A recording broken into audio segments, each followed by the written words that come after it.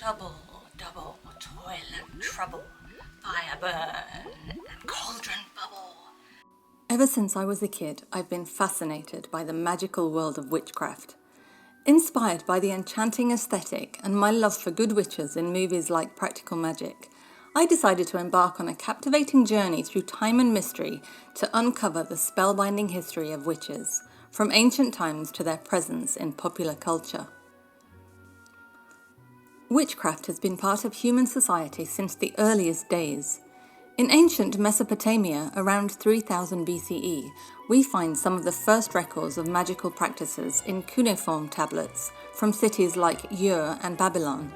The Babylonians believed in both good and bad magic, with Ashipu using rituals and remedies to counter evil spells and cure illnesses.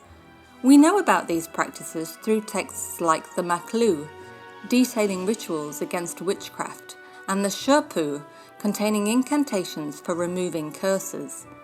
These practitioners were respected, combining roles of priest, doctor, and magician. Ancient Greece gives us captivating tales of magic and sorcery. One of the most famous figures is Circe, the enchantress from Homer's Odyssey. Daughter of the sun god Helios, Circe was renowned for her mastery of potions and herbs. Her infamous act of transforming Odysseus's crew into pigs reflects the Greek perspective on magical powers, a mix of wonder and terror. Medea, another powerful sorceress, used her magical skills to help Jason obtain the Golden Fleece. Yet she's also known for her vengeful use of magic. Greek magical practices weren't just the stuff of myths. Archaeological evidence, like curse tablets and magical papyri, show that everyday Greeks engaged in magical rituals. These often involved invoking gods or spirits for protection, love, or revenge. In ancient Rome, magic took on different forms. Love spells and curses were particularly popular. The poet Ovid included spells in his works, though these were likely more for literary effect than practical use. Interestingly, Roman law didn't outlaw all magic, only malevolent practices were prohibited. Roman society had professional magicians known as MAGI. They performed various services from fortune-telling to casting protective spells. However, their practices often walked a fine line between accepted religion and forbidden magic. The Romans also inherited magical traditions from the Etruscans, particularly in divination. The practice of reading animal entrails, known as haruspicy, was an important part of Roman religious and political life, showing how blurred the lines between official religion and magic could be.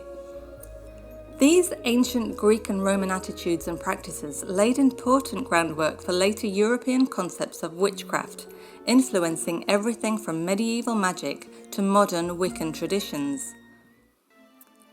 The medieval period marked a pivotal shift in the perception of witchcraft. As Christianity spread across Europe, magical practices once seen as neutral or even beneficial were reframed as evil and associated with devil worship. This transformation laid the foundation for the witch hunts that would later terrorize Europe and colonial America. A lesser-known fact is that early medieval church doctrine actually dismissed witchcraft as superstition. The Canon Episcopi, a church law from around 300 CE, stated that belief in witchcraft was heretical. However, this stance gradually changed over the centuries.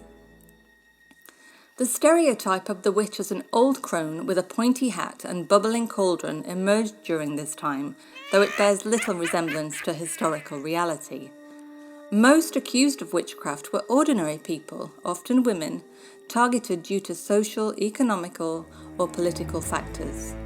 Interestingly though, in some regions like Iceland and Russia, men were more frequently accused than women. The witch trial era, peaking between the 15th and 18th centuries, is infamous in witchcraft history. The publication of the Malleus Maleficarum, or Hammer of Witches, in 1487 by Heinrich Kramer a German churchman, fueled witch hunts across Europe. This book became a manual for witch hunters, promoting the idea that witches conspired with the devil against Christian society. A little-known fact is that the Malleus Maleficarum was initially rejected by the Catholic Church and condemned by the Inquisition. Despite this, it gained popularity among both Catholic and Protestant witch hunters. The witch trials were driven by a complex mix of religious fervour, social tensions, and personal vendettas. Torture was often used to extract confessions, creating a cycle of accusations as tortured individuals named others to end their suffering. The Salem witch trials of 1692 to 1693 in Massachusetts are perhaps the most well-known. Over 200 people were accused and 20 executed. What's less widely known, though, is that Salem was not the largest witch trial in American history. The Hartford witch panic of 1662 to 63 in Connecticut actually predated Salem and resulted in numerous executions. Another intriguing detail is the concept of swimming witches.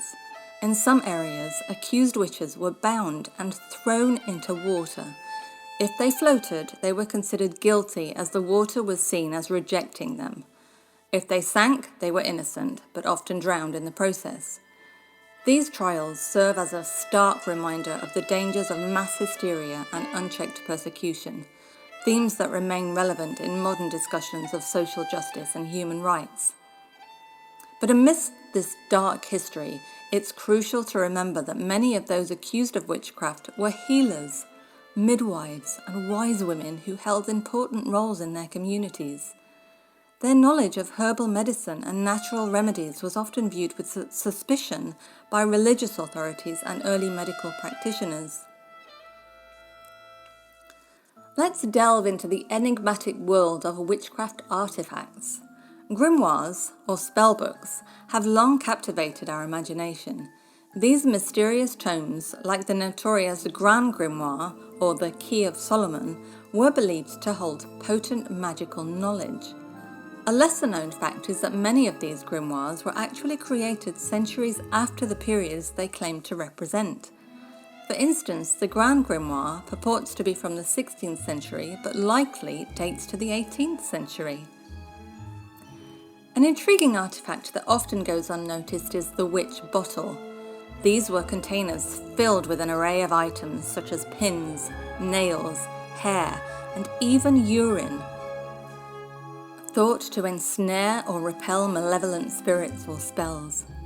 Archaeologists continue to unearth these bottles, offering fascinating glimpses into folk magical practices. In 2009, a completely intact witch bottle from the 17th century was discovered in Greenwich, London, still containing its original contents.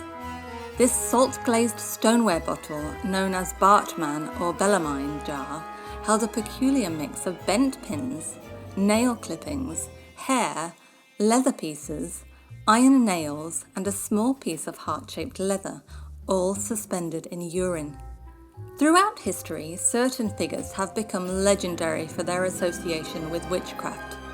Take Mother Shipton, a 16th century Englishwoman said to possess prophetic powers. While many predictions attributed to her were likely fabricated after her death, her legend persists.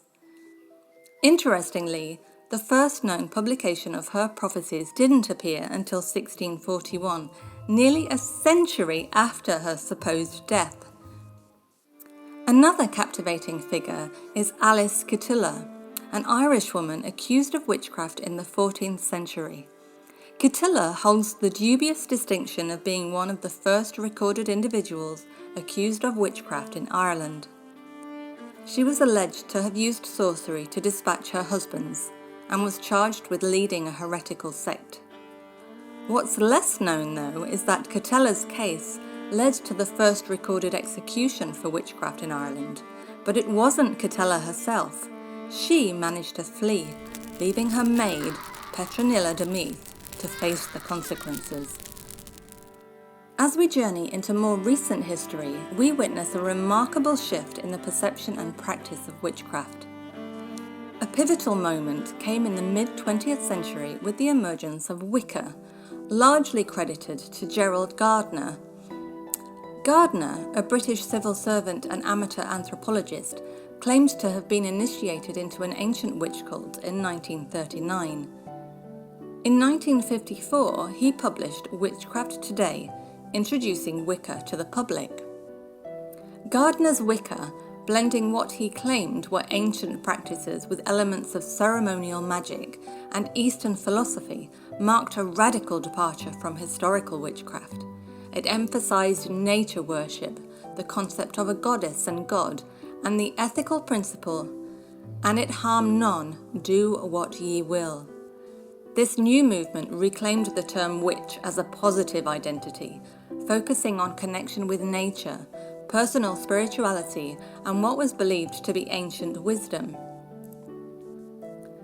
Today, modern witchcraft is a kaleidoscope of practices. Some witches delve into herbal medicine and natural healing. Others explore divination through tarot or runes, while many create a personal spiritual practice by blending various magical traditions. The digital age has woven a worldwide web of practitioners, allowing covens to form online and magical knowledge to be shared across continents. The portrayal of witches in popular culture is like a magical mirror reflecting our changing attitudes and fears. From the cackling Wicked Witch of the West in The Wizard of Oz to the young witches at Hogwarts in J.K. Rowling's Harry Potter series, witches have been depicted in an incredible array of ways. These portrayals have evolved over time, showing witches as everything from evil villains to wise mentors, revealing our shifting views on power, gender, and the supernatural. In literature, witches have been central to many unforgettable series. Terry Pratchett's Discworld series introduces us to Granny Weatherwax, a no-nonsense witch who challenges stereotypes with her sharp wit and practical magic. On the flip side, Roald Dahl's The Witches presents us with grotesque, child-hating creatures in disguise, tapping into our deepest childhood fears. And then there's Anne Rice's The Mayfair Witches trilogy, which delves into a rich Southern Gothic world where a family of witches navigates a complex legacy of power and dark history. No discussion of witchcraft in popular culture would be complete without mentioning Shakespeare's Macbeth and its iconic witches. These weird sisters have shaped our image of witches for centuries, particularly with their memorable incantation, "Double, double, toil and trouble, fire burn and cauldron bubble, fillet of a fenny snake, in the cauldron boil and bake, eye of newt and toe of frog, wool of bat and tongue of dog, adder's fork and blindworm's sting, lizard's leg and howlet's wing, for a charm of powerful trouble, like a hell broth boil and bubble." This vivid spellcasting scene, with its bubbling cauldron and grotesque ingredients, has become one of the most enduring representations of witchcraft in literature. It's worth noting, though, that many of the seemingly gruesome ingredients are actually archaic terms for plants. For instance, did you know eye of newt is believed to refer to mustard seed, and toe of frog to buttercup? Shakespeare's witches, with their prophecies and spells, embody the fear and fascination that witchcraft held in Elizabethan England, a time when witch hunts were a grim reality. When we look at film, the magic continues to unfold. Hocus Pocus from 1993 offers a delightful and comedic twist on witch lore, with the iconic trio of Bette Midler, Sarah Jessica Parker, and Kathy Najimy as the Sanderson sisters, and of course its later sequel. In contrast, The Craft from 1996 dives into the darker side of witchcraft, exploring themes of power and its consequences through a group of high school outcasts. For a more chilling and historically grounded experience, Robert Eggers' The Witch from 2015 takes us to 1630s New England, where fear of witchcraft is woven into the fabric of the time. Television has been a major player in reshaping how we see witches.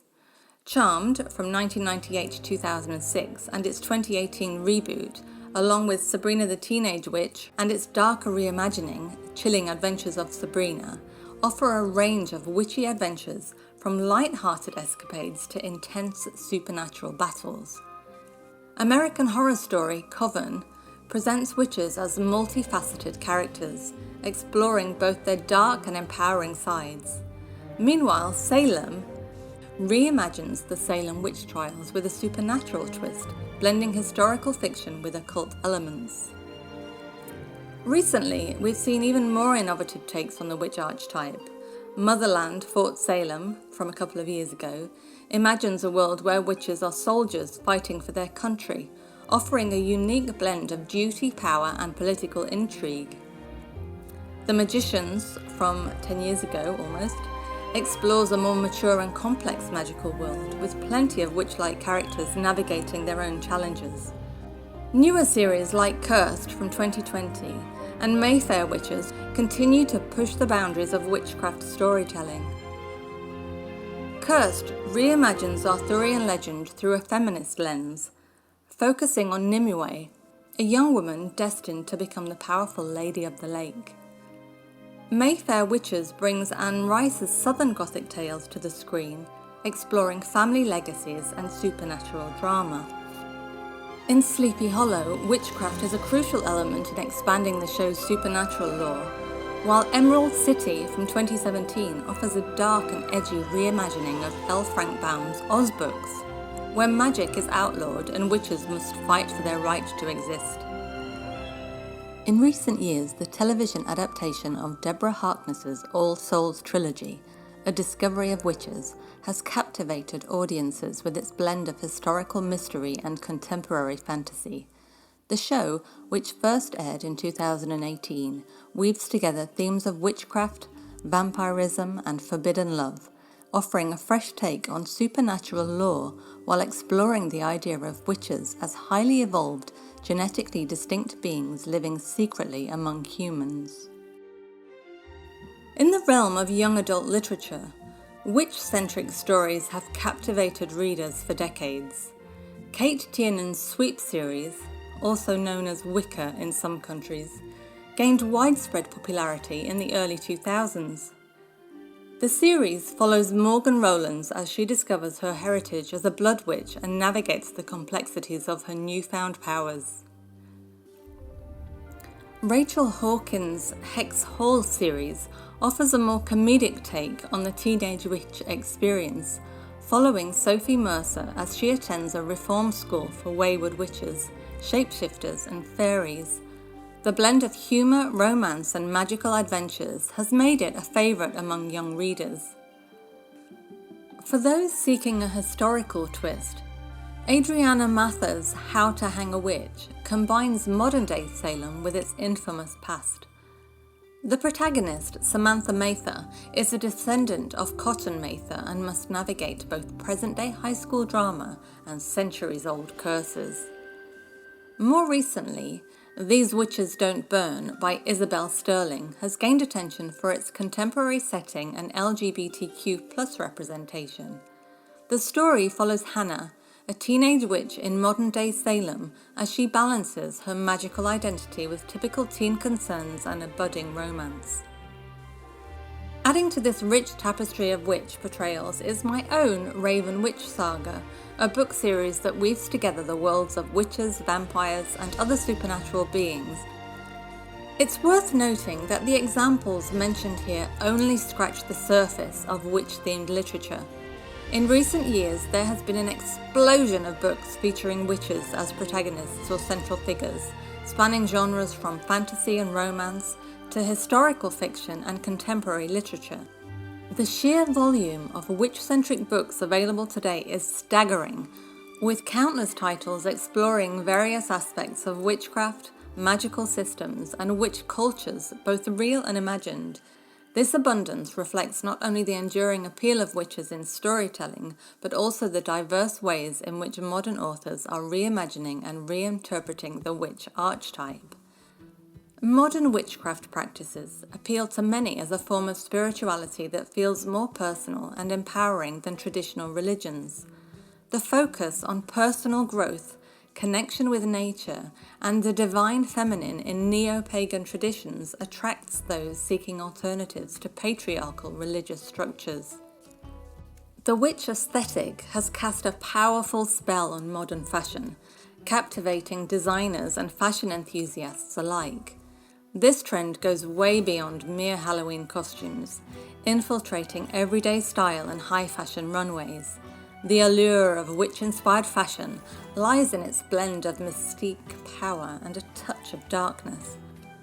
Personally, I'm drawn to styles reminiscent of modern-day witches, especially those portrayed in popular culture. The sadly cancelled TV show The Witches of East End is a perfect example of this contemporary witch aesthetic. The show's costume design beautifully melded bohemian elements with darker, more mystical touches, creating a look that was both accessible and enchanting. I was devastated when it was cancelled. It perfectly captured the kind of witch style I adore. The character of Wendy Beauchamp in the series Witches of East End, played by Madchen Amek, I think that's how you pronounce it. Oh my god, I think she has to be probably the sexiest, most coolest, just stylish witch I have ever seen in my life. I love her style, and I wish I could dress like her every day, and if I wasn't such a lazy ass, I'm usually wearing jeans or joggers at home and a funny t-shirt or something. Occasionally I like to dress up a little bit like her. I mean, this isn't anywhere near as cool as she is, but her style was just stunning. I mean, floaty kimonos, a bit like this, probably maybe a little bit less colourful, with sort of sexy little dresses, those little, what do you call them, no, not cameo, like a little shift dress, but really thin and like a lace, silky material, and then a kimono on top, and then loads of jewellery. She was just fabulous. I just love her, and I'm still gutted that they cancelled that series. This is like 10 years later, and I am still gutted.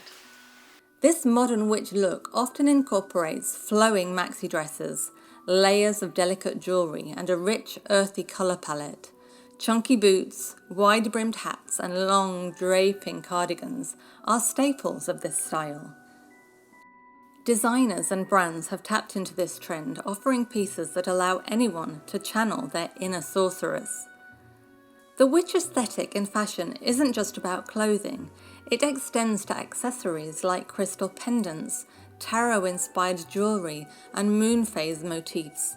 Even makeup trends have embraced the witchy look, with dark lipsticks and shimmering ethereal highlighters gaining popularity, not to mention the dark black eyeliner. By donning witch-inspired fashion, many feel they're not just wearing clothes, but embodying a powerful, mystical persona. We're witnessing a resurgence of interest in witchcraft and magic, particularly among young people.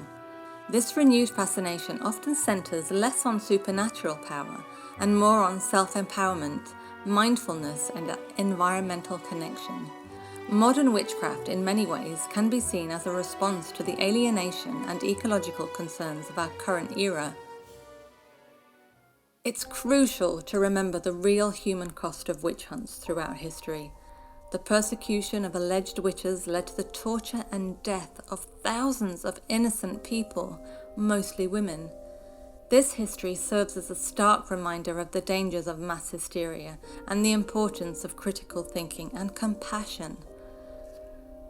Moving forward, we can embrace the positive aspects of the witch archetype: wisdom, nature connection, challenging oppressive power structures, while leaving behind the fear and persecution that have too often accompanied beliefs in witchcraft. The story of witchcraft is fundamentally a human story. It's a tale of our fears and hopes, our need for explanation, and our search for meaning. Whether you view witchcraft as historical curiosity, spiritual practice, or compelling fiction, its enduring presence in our culture speaks to its power to captivate the human imagination. The next time you encounter a witch hat or a cauldron, remember, you're looking at a symbol that carries centuries of human history, belief, and storytelling. And who knows, Maybe there's still a little magic in the world if we know where to look.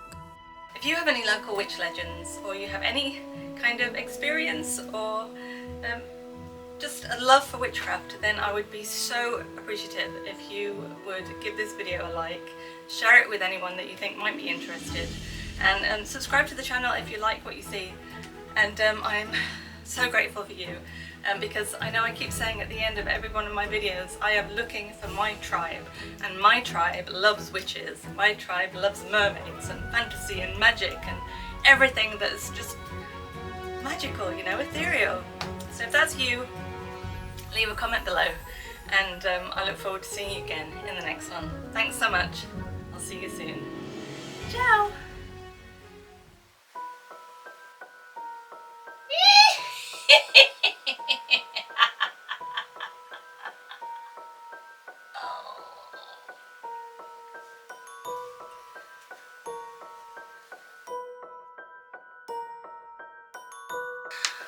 Double, double, toil and trouble, fire burn and cauldron bubble. Fillet of a finny snake, in the cauldron boil and bake. Eye of newt and toe of frog, wool of bat and tongue of dog, adder's fork and blind worm's sting, lizard's leg and howlet's wing. For a charm of powerful trouble, like a hell broth, boil and bubble.